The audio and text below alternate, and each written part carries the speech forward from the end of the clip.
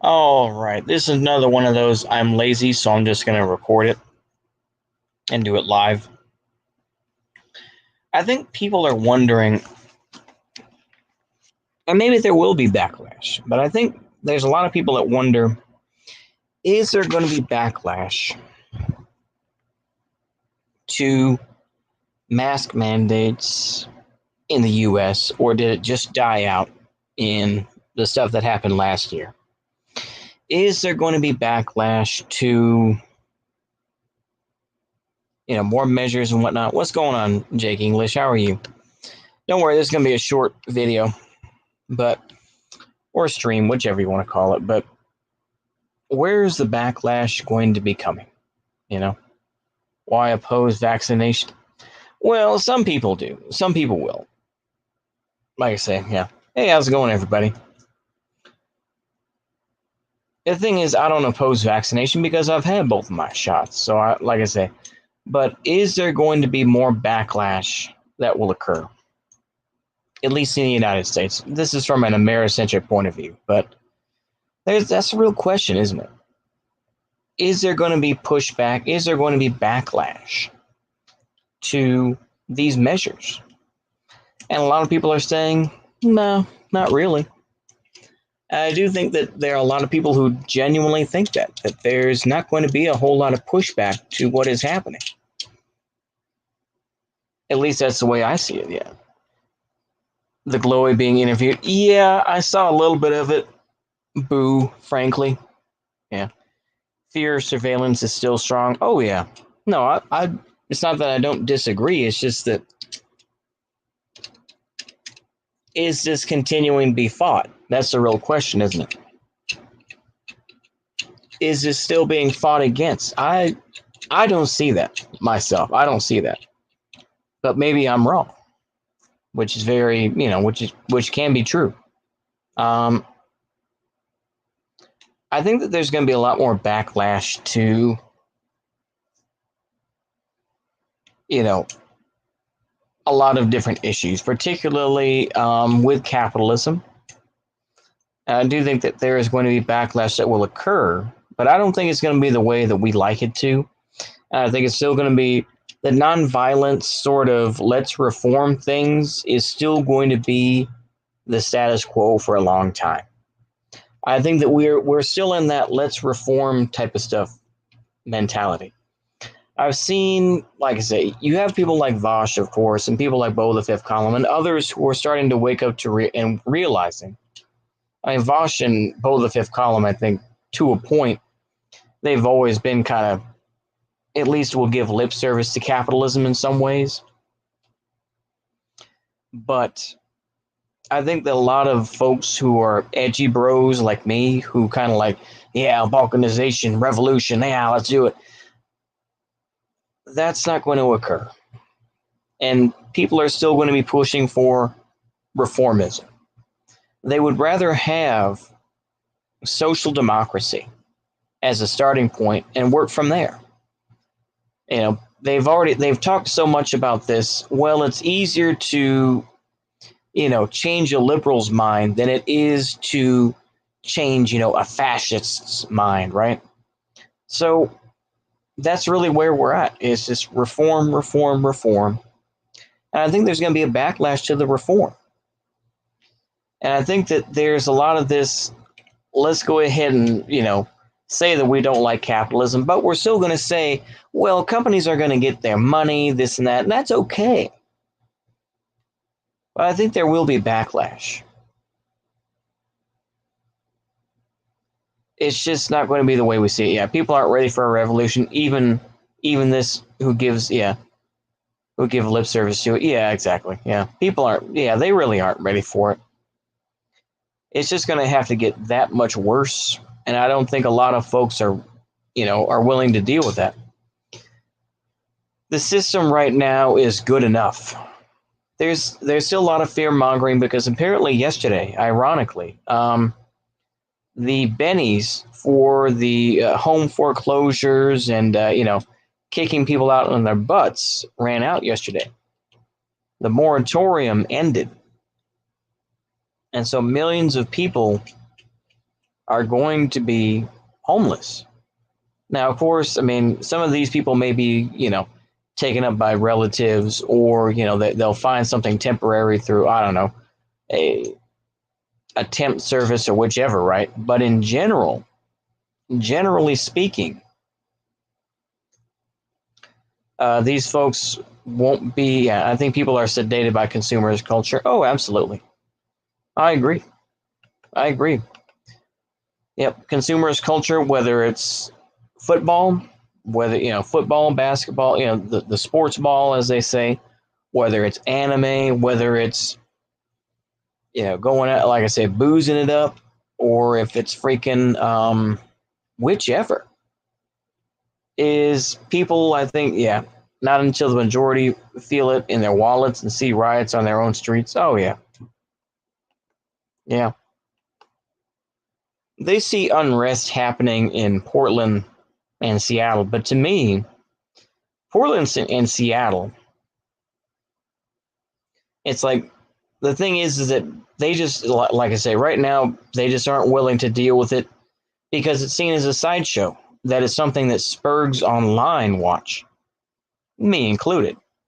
But I think that they, if they really felt that Seattle or Portland were really going to fail, then they would step in. Absolutely. So it's not bad yet. But I do think that the signs are there. And I think the issues are there. I mean, that's my take on it anyway. But like I say, I have said it before and I will say it again. I would rather join the gun runners, the hustlers, because that's who's left at the end of the day, in my opinion. And the gangs, they're the ones that are left.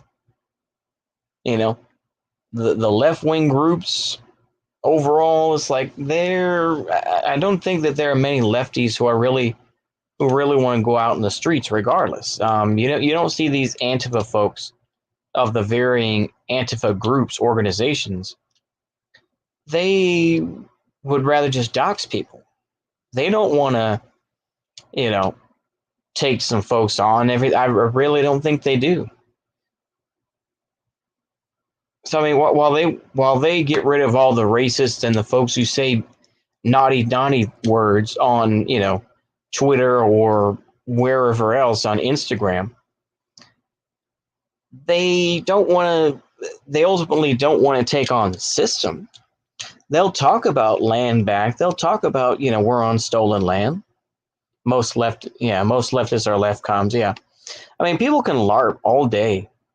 I mean I saw the LARP yesterday where Vosh was talking for 3.5 hours with that that Professor Flowers, and it was it just kept on repeating itself. They were both stupid for different reasons. She was dumb because while I say that talking about race is cringe, but I will mention other issues, is that she, I believe, is half black and was raised by a white family. So she talks very white. And it's just like, oh boy, and it's like, and she admits this, like, yeah, she probably wouldn't be accepted by the black community overall in the United States. Yeah.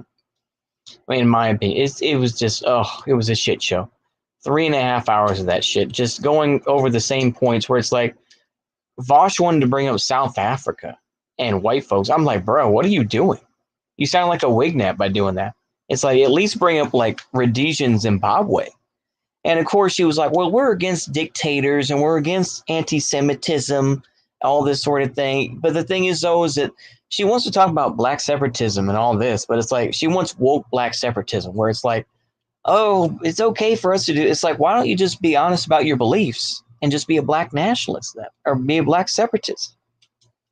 And then of course he brought up Marcus Garvey, and she was just kind of like, well, he didn't really believe that. It's just, I don't know. But to me, it goes to show these folks, they live in a fantasy. It's not serious. I mean, I take the Nation of Islam more seriously than people like that, in my opinion, anyway. I don't know, man. I just feel like this is just the way these things go. Woke black separatism sounds like Scorpio and Bantu otaku. Yeah, but honestly, in my opinion, it's just like let these folks go ahead and do what they want, and all we can do is just see where we can go from here.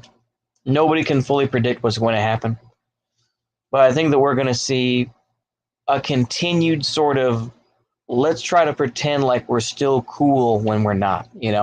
It's pretty much the you know how are you doing, fellow kids meme. That's the whole thing with the US, is that we are still trying to hold on to this idea that the US is still this large power. It's just like, I don't know. We're not quite at the end of the Roman Empire. I would say we're probably like, maybe we're nearing the end of Pax Romana. I mean, if we really want to look at it that way, maybe I'm too retarded. The NY are serious, but they need to drop their mushrik beliefs. Yeah. Liars are comfortable in the West. Weak men will create hard times. Oh, absolutely. They will. And we see it now. We see it going on now. We see a lot of weak people. And to me, I mean, I'll be honest with you, I'm fairly weak myself in other ways. But we have a lot of, it's going to be hard for the next generation. Have you read Decline of the West?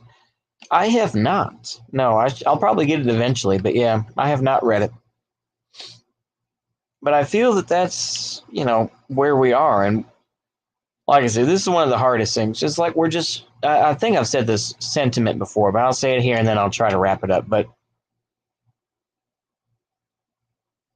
we're kind of in between things, right? We're in this time where it's like we know it's going to keep getting bad in some form or another. But there's nobody that's willing to really stand up. There are no groups. All the groups that are out there, in my opinion, are irrelevant. That could try to do something. The Democrats are irrelevant. The Republicans are irrelevant. The Wignants, the so-called tankies, the whomever else. They're all just folks who want to LARP online or in their little chats or whatever and talk their shit, but ultimately they have no power. They just want to have their little hug boxes and go ahead and just say what they want, right? And that's fine if that's what you want to do, but it's like you're not going to make any changes.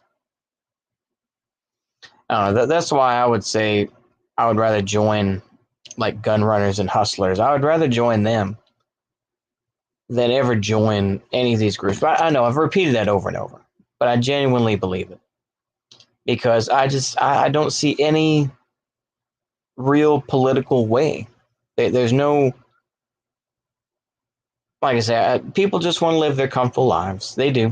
They want to be able to, just maintain. It's one thing to try to reach for better, sure. But I think that people just want to maintain what they have. That's really what it is. They just want to maintain. They want to maintain the way that they are living. They want to be able to, go to the bar and have a drink or something like that and go to their, I don't know, wherever.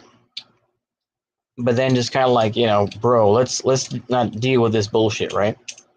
We don't want to deal with these political issues. Why do we have to talk about racism, this and that? And I think that there is a movement of folks who think that they're going to change that. But I think in general, nah, I don't know. I don't know. But we'll see what happens. We'll see what happens with the backlash and whatnot. But right now, no backlash is coming. As I've said before about Americans, like I said, I know I've repeated this shit before, but I think it's worth saying. Americans are great at talking shit. It's a national pastime along with baseball. They're great at talking shit. We're probably too polarized to unite on something that would hurt the rest of the world. Yeah. That's true, yeah.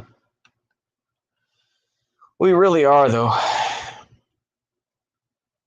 The only thing we can agree on, though, is just we need to maintain what we have. That's really what everyone really believes, I think, to a point. I am just rambling endlessly. Hello, 99. It has been a while. How have you been doing, sir? How has your life been in Oklahoma? Have you been able to find a job? Actually, you know what? That's none of my business. If you want to answer that, you can. If not, that's okay. I know that you've had some hard issues going on, or hard times, I guess, in Oklahoma. That's good. Yeah. We're great at talking shit, but we have no bite. Oh, absolutely. Yeah. That's the whole thing about Americans. I mean, Europeans at least have a little bit of backbone now.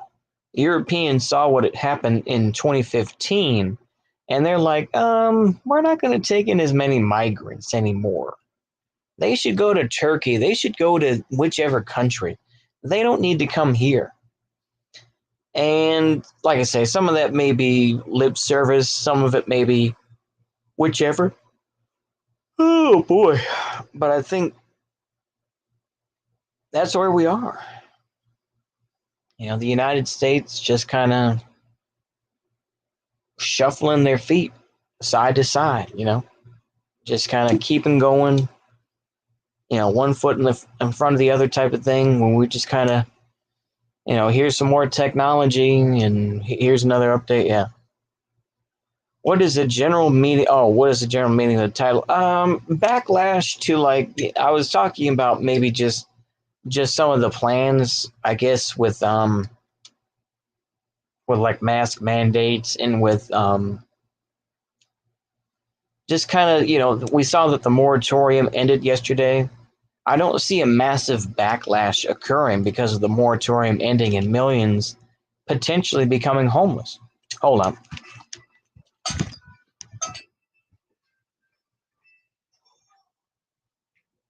What's up?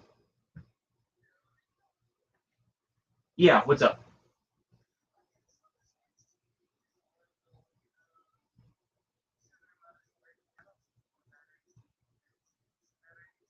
Okay. All right. I'll be up there in a couple minutes then.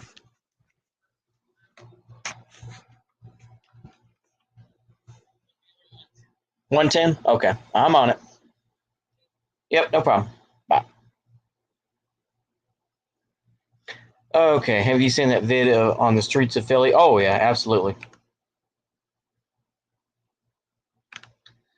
I have no real thoughts about it because I don't care. I know that Richard Spencer is pretty much just irrelevant. He's just the butt of jokes for everybody. I think for Wignats and lefties. I mean, he has put on a dunce cap and everyone's just throwing shit at him. So yeah, I mean, nothing more than homeless and addicts. Yeah, whole city looked like Skid Row. Oh yeah, I've seen that. Okay, sorry folks. Apparently, I have to go into work, so I'm gonna have to cut this rambly stream short. I apologize, Hello 99, for a crap title. I'm gonna go ahead and say, but basically what I mean is that the backlash of these things just isn't there. It may come up later on, but right now it's not there because things haven't gotten bad enough. But yeah, but that's all I have to say to that. So apologies for that. But yeah, I'm just making this too longer than what it is. I'm gonna have to end this here. So see you later. Goodbye.